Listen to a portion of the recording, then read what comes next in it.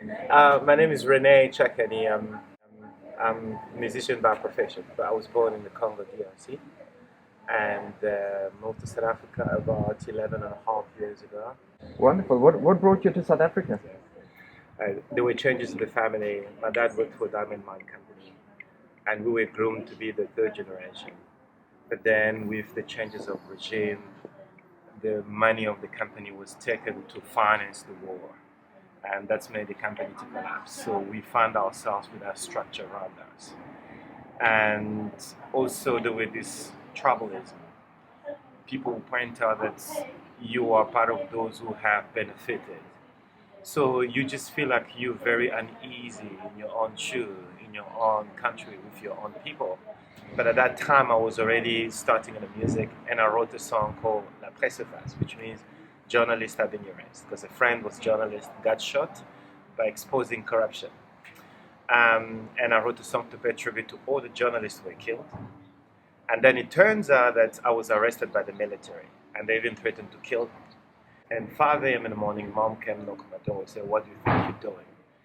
And then she threw on my bed my passport, and there was a visa, South African visa, and there were flight tickets from Kinshasa to Otambo to Durban. And that's how I ended up here. I never had time to say goodbye to my friends. I never had time to say goodbye to the family.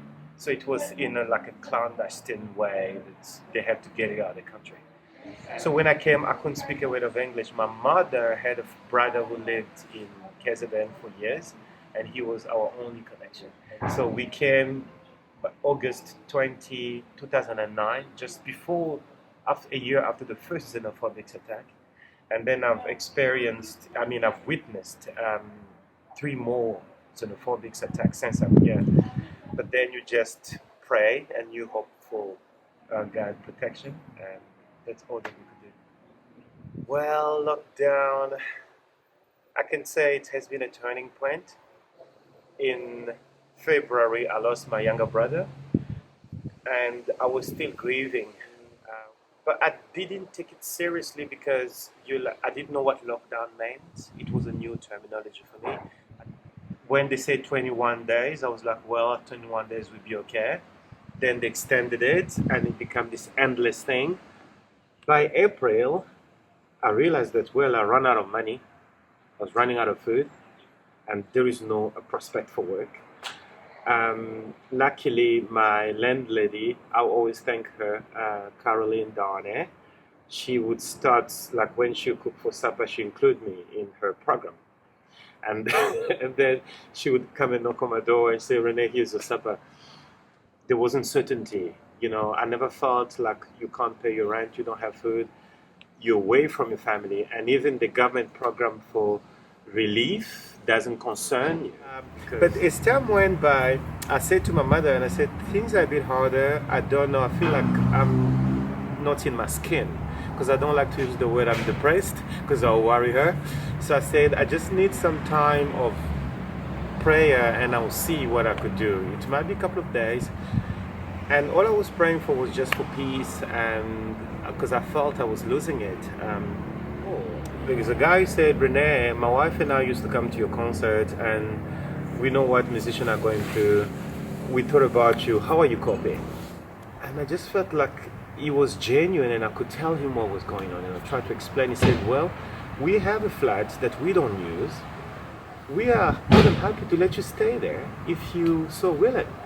And then after a week or so, I received another message, and somebody that I knew said, "Rene,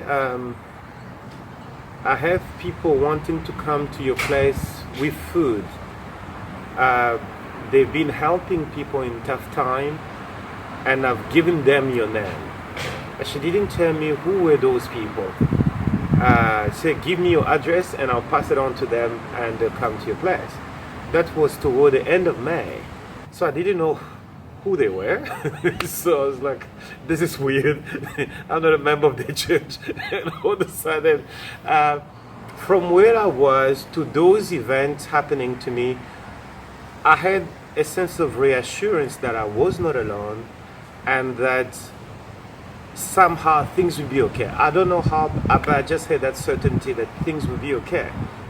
And I've seen so much goodness. So it was a turning point for me because I used to be ambivalent about when people would ask you, do you believe in God? Then I was like, yeah, yeah. My parents used to pray. We used to go to church with my parents. And during this lockdown, what I've seen can only make me want to say, yes, I do believe in God, and God does exist. So I'm really thankful for everything. Yeah, thank you.